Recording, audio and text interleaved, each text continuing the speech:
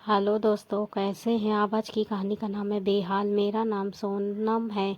जब मैं कक्षा 12 में पढ़ती थी तब मुझे एक लड़के से प्यार हो गया था। वो पढ़ाई में बहुत ज़्यादा होशियार था, शर्मीला सा था, सुंदर भी था। उसका परिवार हम लोगों से बहुत ज़्यादा पैसे वाला था। हम लड़कियों की खास बात ये होती है कि हम कह नहीं पाते। 1 साल तक मैं उसे देखती रही, ताकती रही, मगर वो कुछ समझ ही नहीं पाया। बोलकर मैं कह नहीं पाई थी।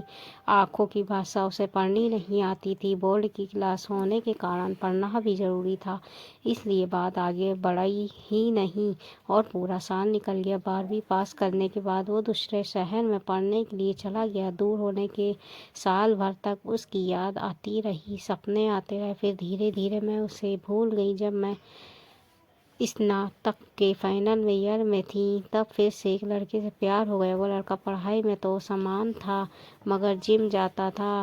उसकी फूली हुई छाती और चौड़े कंधे मुझे बहुत लुभाते थे। जब उसके साथ नैन लड़े तो वो भी मेरी तरफ आकर्षित हो गया। अभी हम दोनों की बातचीत ही शुरू हुई थी कि मुझे पता चला उसकी और भी कई सेटिंग थी।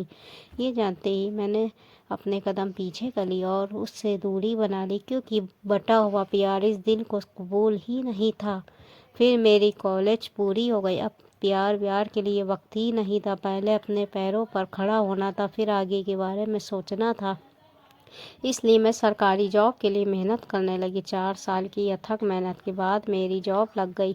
अब मैं 24 साल की हो चुकी थी। अब मैंने ज़िंदगी का एक नया रूप देखा। जिस भी ऑफिस में मेरी ड्यूटी लगती थी वहाँ हर कोई मेरे करीब आना चाहता था, मुझे इम्प्रेस करना चाहता था। मेरे देखते ही देखते एड्स पुरुष भी वालों की डाई करने लगते थे, बन ठन कराने लगते थे। अगर किसी ऑफिस में अगर मैं पहली महिला कर्मचारी होती थी वहाँ तो मेरा ध्यान आकर्षण करने वाले बहुत होते थे।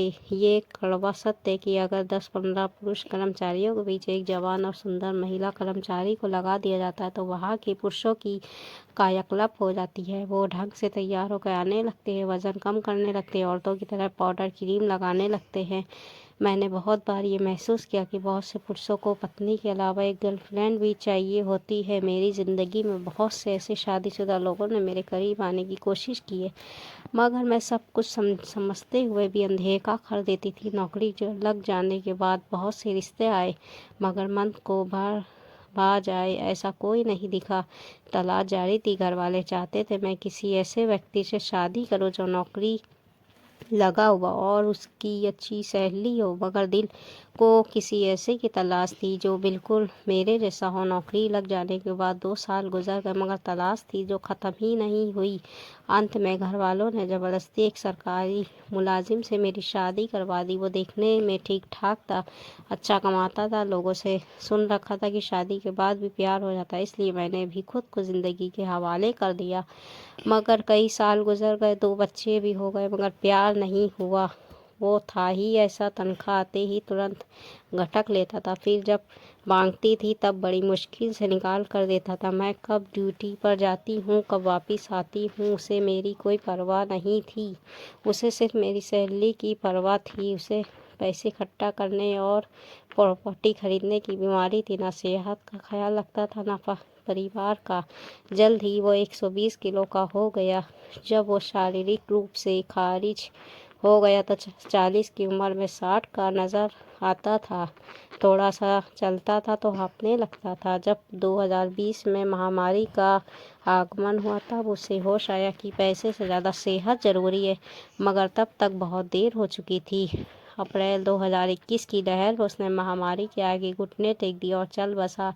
उसको गुजरे हुए 2.5 वर्ष हो चुके हैं। अब मैं पूरी तरह अकेली हूँ, 2 बच्चों की माँ हूँ। नया घर बसाने की अब कोई तमन्ना ही नहीं बची। वैसे भी 40 साल के बाद हम औरतें बेपरवाह होने लगती हैं, तमन्नाएं और ख्वाहिशें मरने लगती हैं। पैसे है, प्रॉपर्टी भी बहुत है, मगर चैन नहीं मिला, ना पहले मिला था। अब जिंदगी का सफ़र अनचाहा सा गुजर गया। जिसने हाथ थामा वो भी अजनबी रह कर ही चला गया। क्या यही ज़िंदगी है। मैं किसी के साथ रह कर भी तन्हा थी। दिल के तार कभी झंझना कर बजे ही नहीं, ना सुर थे ना ताल थी। सब कुछ होकर भी ज़िंदगी बेहाल थी, बेहाल है और शायद बेहाल ही गुजर जानी है। दोस्तों, ये थी हिंदी कहानियाँ। अच्छी लगी हो तो लाइक ज़रूर कर दीजिएगा।